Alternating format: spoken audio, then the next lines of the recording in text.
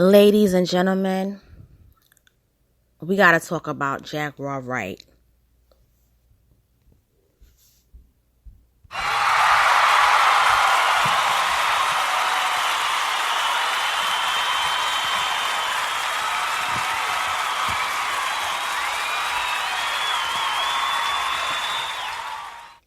Hey, what's up, everyone? I just want to, talk about this whole expose, blow up, revelation in terms of the whole neosoul collective. Let's keep it a buck. Neosoul collective, all right? Now, for those of you who probably was on the internet this week, YouTube, Instagram, Facebook, you probably saw the name Jaguar Wright come up. Now, if you are a person that's a 2000s kid, or you were born in the late 90s, you more than likely don't know who Jaguar Wright is. But if you are a 90s kid and you were a teen in the 2000s and you were coming up into adulthood in the mid 2000s, you know who Jaguar Wright is. Jaguar Wright is a singer, and she's a very talented singer. And she came out of Philadelphia. She came out of Philadelphia, and she was what you could say a Roots affiliate, but she was down with the Roots, okay? She was down with the Roots. Now, she was not a Roots member, but you could say that whole association, she was well associated with them. Now, to give you the backstory as to why she's trending on the internet, it's because she posted a video on Instagram. She went live on Instagram. She went live, I believe it was on Monday. She went live, and she talked about Malik B. Now, Malik B is one of the original members of the Roots. And Malik B passed away a couple of weeks ago. And Malik B passed away last week. And Malik B, from what she says and what people had said before she came with the video, was that he was so talented. He was a wordsmith. He was a person that could freestyle off of anything like that, real quick. You don't have a lot of rappers that can do that. Most rappers, they just go by writing down something to pen. Like, he was a freestylist. So he could think of something off his head, and it wouldn't really mean anything to him to just hold on to it, because he was creating more stuff each day. Now, according to the press release of when they were coming out with his passing, it was like, oh, okay, they didn't really confirm how he passed away, but they just said that, according to the rules, like, he struggled with addiction. So, people were like, oh, that's sad, that's horrible.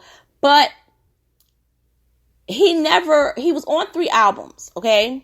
Including the album where they won the Grammy for the song You Got Me, okay? I love that song, You Got Me. Now, all of a sudden, like, he was left behind, and he wasn't the person that, he didn't go mainstream with them, in terms of being on the Tonight Show and stuff like that. And more than likely, according to Jaguar Wright, his personality, he probably wouldn't have did it. Now, pushing forward, Jaguar Wright basically made this video clip because they didn't do anything for Malik B. All the times they was making money and doing stuff for themselves, they was making millions, but they was giving Malik B $300 a week. Now, $300 a week ain't shit, okay? $300 a week isn't nowadays worthy of anything. It's not even worth. A teenager who works at McDonald's can't even survive on $300 a week. They can't. If you support a family, you can't survive off of $300 a week, boo. That's trash. That's chump change. That ain't itch, So it's like, if you want to keep it a buck, if you want to keep it a buck, they were disrespecting Malik. And Malik was probably suffering. We don't know what happened. The family probably wants to keep it private. But I'm not going to expound on that. I'm going to read an article from the source. And I'm going to break it up in parts. Because it's very important to understand the timeline of Jaguar Wright. Now, Jaguar Wright is upset over all this nonsense. So she's going in. And I'm going to break it in parts. First, I'm going to talk about Malik B and the Roots. Common, Talib Kweli, and then I'm going to talk about Jill Scott and Erykah Badu. Now, this is what it says according to source. With the tragic news of the Roots founder member Malik B's passing echoing through the hip-hop and music worlds, it's saddening that more bad news is coming out of the Soul Aquarian camp. As Philly native Jaguar Wright makes some serious accusations about the Roots handling of Malik B's. Okay, so Malik B, he had terminal cancer diagnosis, and Wright's own personal claim that she was sexually assaulted by famed rapper, actor, and fellow Soulquarian Common. According to an almost hour-long IGTV video, Philly native and Soulquarian singer Jaguar Wright says that despite Malik B's impending health decline, Black Thought and Questlove turned their back on their fellow crew member. Y'all all online talking about respect the family and that. But you didn't respect your brother enough to come to him when he was doing bad. Jaguar Wright said, y'all wasn't trying to help him. Y'all was telling people to turn their back on him while calling him a drug addict. So basically, and this is what I saw in the live, Jaguar Wright was basically saying that when Malik B was basically trying to come back, do his own thing in music, he wasn't trying to be around them. He was just trying to do his own thing and stuff. They were basically blackballing Malik. They were telling people in the industry, don't work with Malik B. Even though Malik B, according to Jab, was writing verses for happily all the members of the Roots and everything, and made their albums classic hits, those two members told them, no,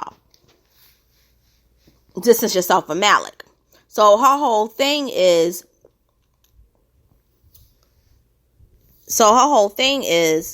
y'all wasn't trying to help him, then don't do this fake phony bullshit.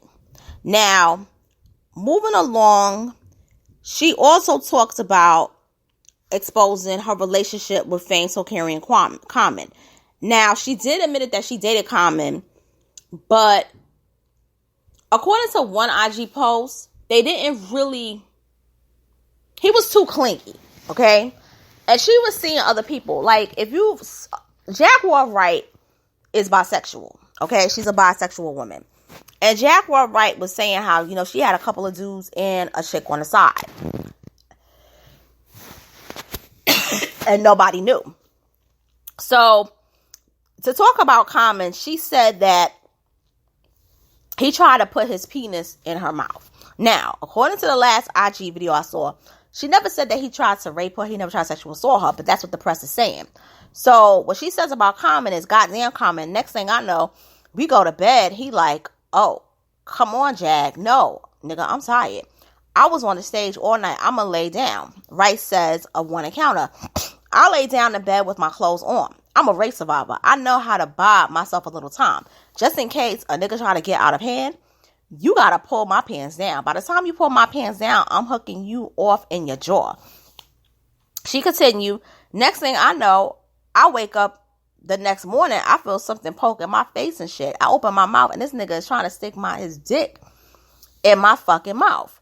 Lonnie fucking Lynn, Common, whatever the fuck you want to call yourself. That's why I stopped fucking with him. So that's what she says. Now, this is what I'm going to say about that.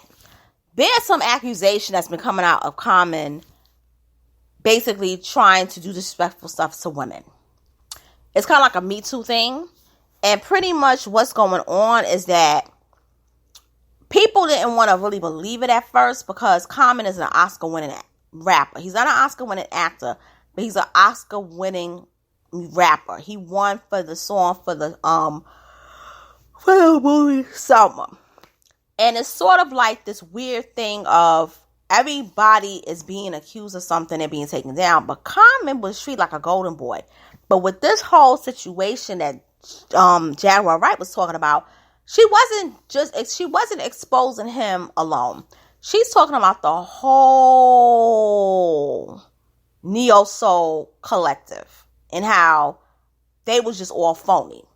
Now, she goes in on Erykah Badu. Now, the Erykah Badu thing is really, really, really interesting. So she says that Erykah Badu and Jill Scott, they were silently abetting their actions after Malik was the only Roots member who didn't treat them unfairly at the beginning of their career. So she says, Erykah, you haven't posted anything, but you're supposed to be this enlightened mother. You haven't said a word about my brother Malik when he was the only one who wasn't treating your ass like shit because you were from Philly. But you're quiet now. I'm killing all that fake shit. And Jill Scott, she accuses her of being fake and phony and an insurgent. So pretty much an insurgent is like somebody that comes around you, not for good intentions, but to get knowledge, information from you and to take it and do what they wanted to do with it for their own benefit. So basically, Jill Scott was learning from Jaguar Wright, her style and her mimicry in terms of her singing, because Jaguar Wright is she's one of those type, but she's a multi-versatile vocalist. She's a type of vocalist that is a head singer and a chest singer. You don't have too many vocalists like that. She could sing high, low. She could sing in so many different keys and ranges. So if she wants to sing loud, she can sing loud. If she wants to sing soft, she can sing soft. She can sing high pitch. She can sing deep. And I mean, she's really, really good.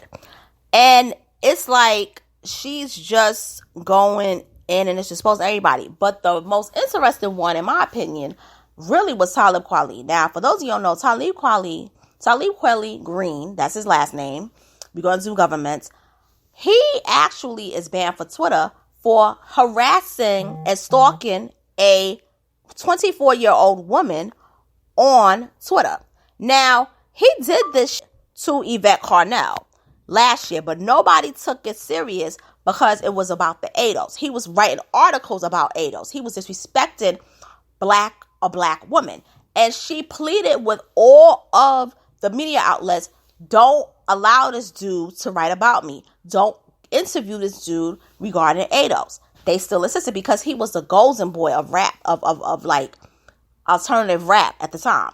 But this 24-year-old girl is suing him and got his ass permanently suspended from Twitter for stalking. Now, Jaguar Wright says that behavior is indicative of him because what he does is he basically he would go to the dressing room, not in the dressing room, but around the dressing room when Jaguar Wright was changing her clothes, just to see how she looked without her clothes off. He wanted to get a peek. He enjoyed it and everything. Now, he's married to DJ EQ, but they have this weird kind of relationship where they're not even together in photos. Like, what kind of marriage is it? And DJ EQ is not, it's not like, I don't know the whole thing with DJ EQ in it, but I remember in 2009 when DJ EQ knocked him out cold in the club. I remember that. And when that happened, most people laughed at him for years. It took like 3 years for him to finally get over that embarrassment. And she's from Louisiana. Shout out to Louisiana. So I know she about that life. Okay. Moving along. Also, too, she also talked about Wu-Tang. She talked about the Wu-Tang situation, how she had to date a Wu-Tang member because another Wu-Tang member, when she was like 16, when she was like 17, 18 years old, he was like a grown-ass man. She said he was 46. I don't know if he was 46. I never knew any Wu-Tang members to be born in the 50s. But I would say he probably was an affiliate or something like that. To date him, to get other Wu-Tang members from not trying to mess with her or rape her, she dated them. Because in the industry, and I've always known this, if you don't want to be a victim of sexual assault, you got to date somebody in the industry for protection. So it's like, I don't really want to be with anybody, but just to get somebody off of me, let me just be with this dude because more than likely he's going to protect me. So women don't really get protected in the industry like that. So that's the thing. Now, this is my issue with the whole situation with Jaguar Wright. I respect Jaguar Wright 100%, and I support her for what she's saying. I believe every single word she says. I find it interesting that they're not really talking about the Malik B situation with the Roots. We need to talk about that for a second, because if you look at the Roots, okay, Questlove is the biggest name in the Roots, okay? Questlove is bigger than Black Thought. Black Thought is the front person, but Questlove is the drummer. Who else? Then you have the light-skinned one, who is the keyboardist. Now, to me, there's people in the Roots that play on Jimmy Fallon. I don't think they're real, authentic Roots people. Now, I know Scott Storch was a Roots player as well. But, the guy, Kirk Douglas, I don't think he's an original. Yeah, Kirk Douglas, he joined in 2003. So he joined like when they started going mainstream and stuff, because he doesn't have like that roots rap. Nothing against him, but talented musician, but that was when they were pretty much going mainstream, so to speak. So he came around that time. But he's from Philly though. He's from Philly. Then you have Kamal Gray. He's the keyboardist. He was there from the beginning. Then you have James Poyser. Now James Poyser, he's English. So more than likely he wasn't there in the beginning. So a lot of these cats came along when the group became bigger, when they became mainstream.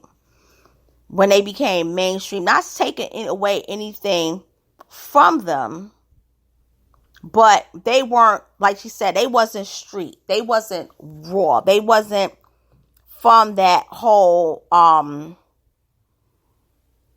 they weren't from the gutter. They weren't from the soil. They weren't from the streets, They're like musicians, nothing to take away from them. Don't take anything away from them, because I don't believe in taking away anything from people. I'm one of those people. I'm not going to knock you unless you do something wrong.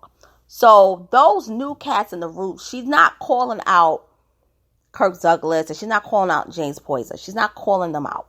But it's Questlove, Black Thought, and Kamal. Because those three was there in the beginning. And they didn't look out for their man. They didn't look out for Malik at all. And they could have did it. They could have looked out for Malik. And it's sort of like this whole thing about when people become big in the industry. A lot of times, somebody has to,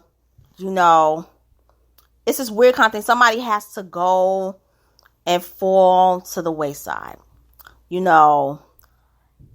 It's like, or just, just don't rock out. Like Jaguar Wright, she didn't blow up like she should have. When she came out with that song Free should have been like a bigger hit than it was.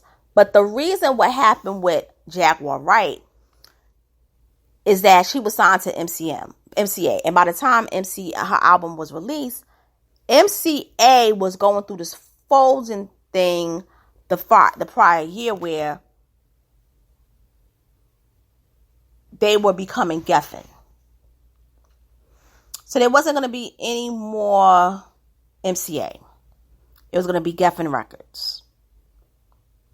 So that's what happened with that. But also, too, she said that they never pushed her because between Erykah Wright, Erykah Wright, which her real name is Erykah Badu's real name is Erykah Wright, and Jill Scott, they basically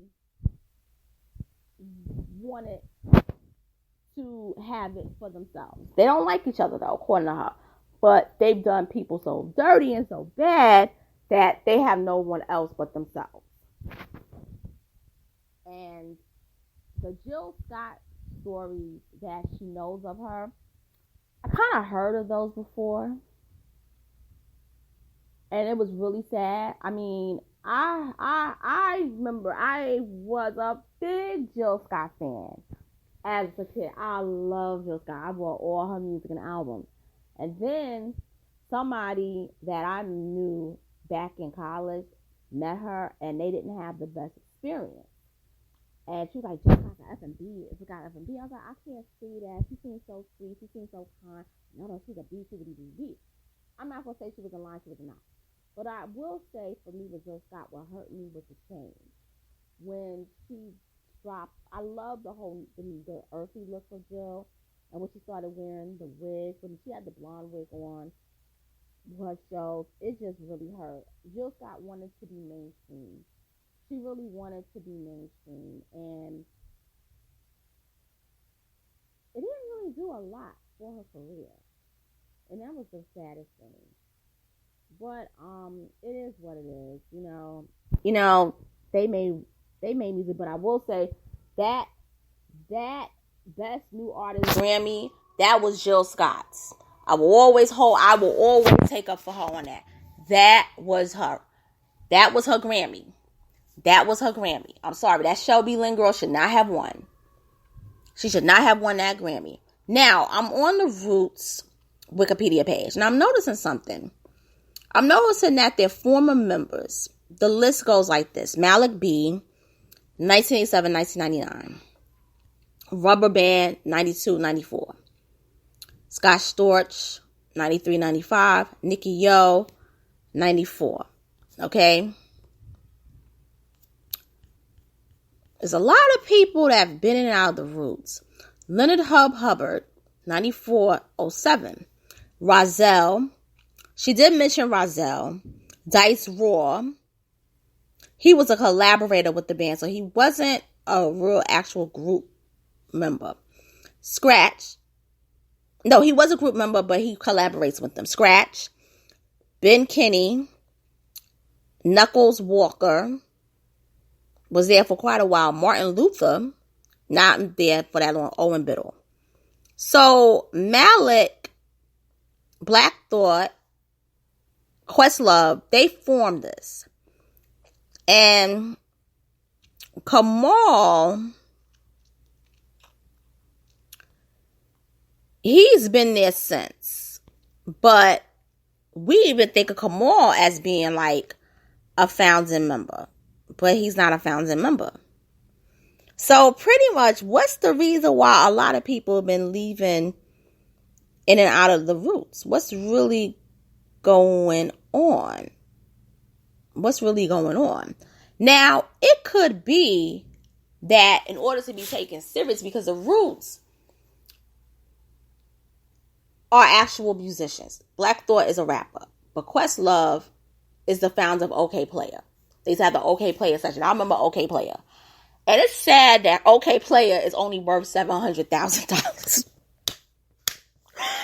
And OK Player's biggest artist to come out of OK Player is Alicia Keys. And she wasn't really an ESO person, but she was a plant. And Jaguar talks about a lot of that too. But the reason, going back to original thought, the reason why the Roots can have so many members changing, because maybe they wanted to get another sound, And maybe the current lineup worked because it got them to work with Jimmy Fallon. Now, she goes in on Jimmy Fallon also. I'm going to make a separate video about that because no.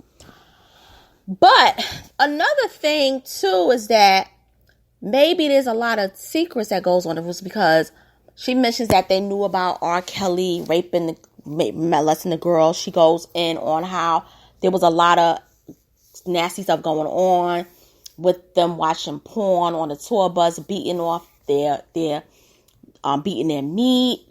They was taking girls, groupies, and just doing them. Like, a lot of Me Too characteristics she was mentioning, and how she had to protect herself, and she just couldn't take it anymore.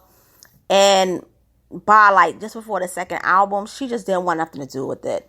She was just done with it. But to me, when I look at Jaguar Wright, I look at her as a person that you can't buy her. She's not a sellout. She's a raw, open book. She's a raw, open book. And she got her soul. She got her soul. She didn't sell her soul to make it big. And, she's had some, heartaches and pains and stuff. If you look at her, she seems content. If you look at Badu looks soulless. I never could get into her. I don't know what it was about her, but I never could really get into her. There was something about her that kind of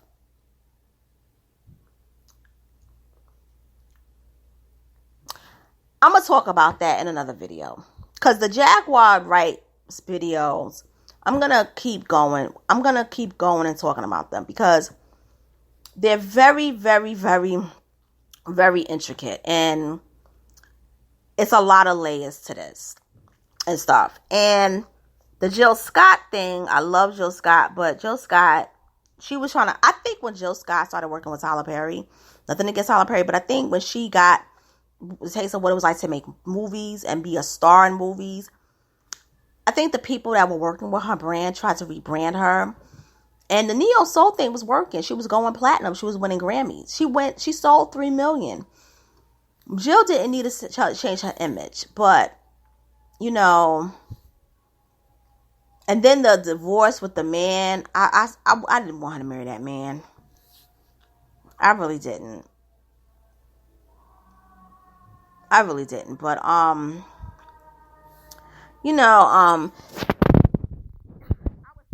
so Jaguar Wright, I say, if you have a look at the videos, judge for yourself, but support this woman. This woman ain't crazy. I believe a lot of stuff she's saying.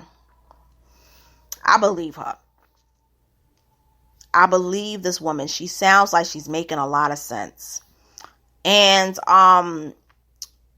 she doesn't live in Philly anymore. She lives in Dallas. She calls it Dalladelphia, which I think is a cool name.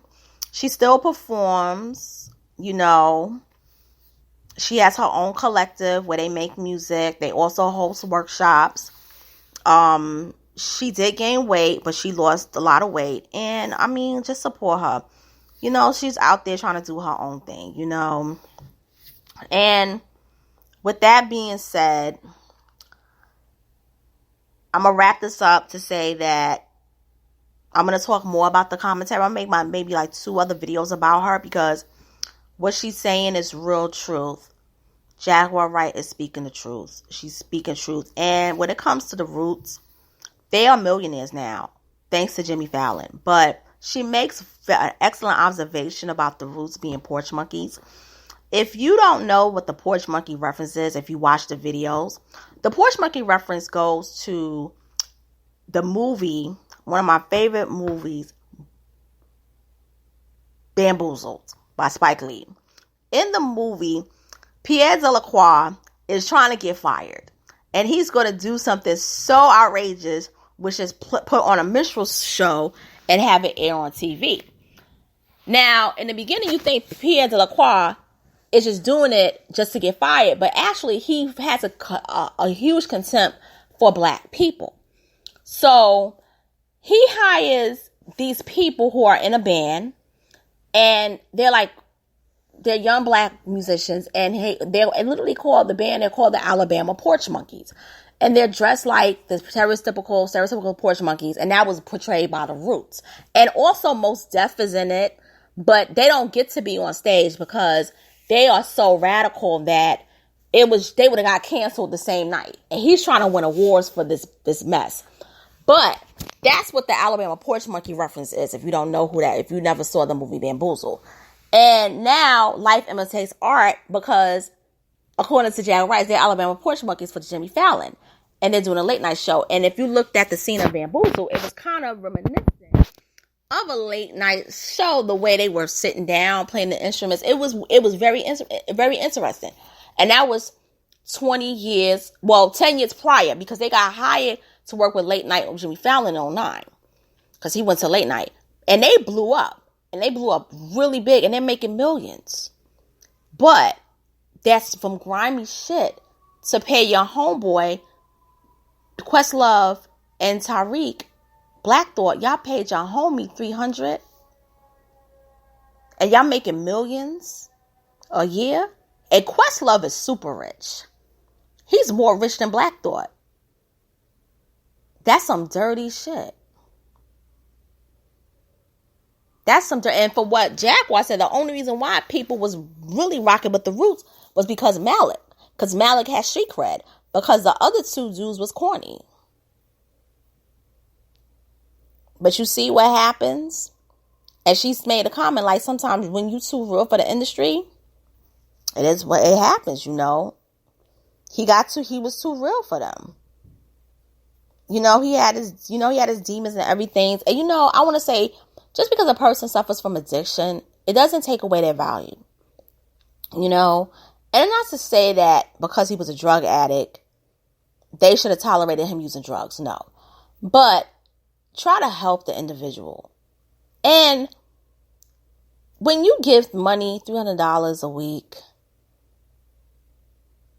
nobody can do nothing $300 a week. Now, I would say $3,000 a week. Yeah. They could have all chipped in and said, we give our mans $3,000, we all collectively, give him money and stuff, $3,000 a week, or, I would say $1,500 a week, $6,000 a month.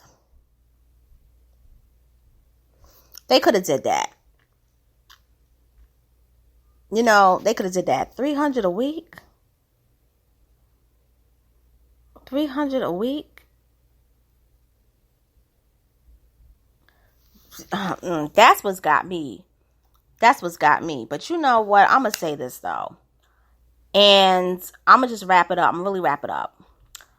2020 has really been the year of revelation. Perfect vision. Everything is coming out all the way live. Secrets can't be held. Secrets cannot no longer be contained. You got to be real in these streets, my man. So I want to say, anybody that wants to be in the industry, which I'm kind of shocked if still people want to be in the industry,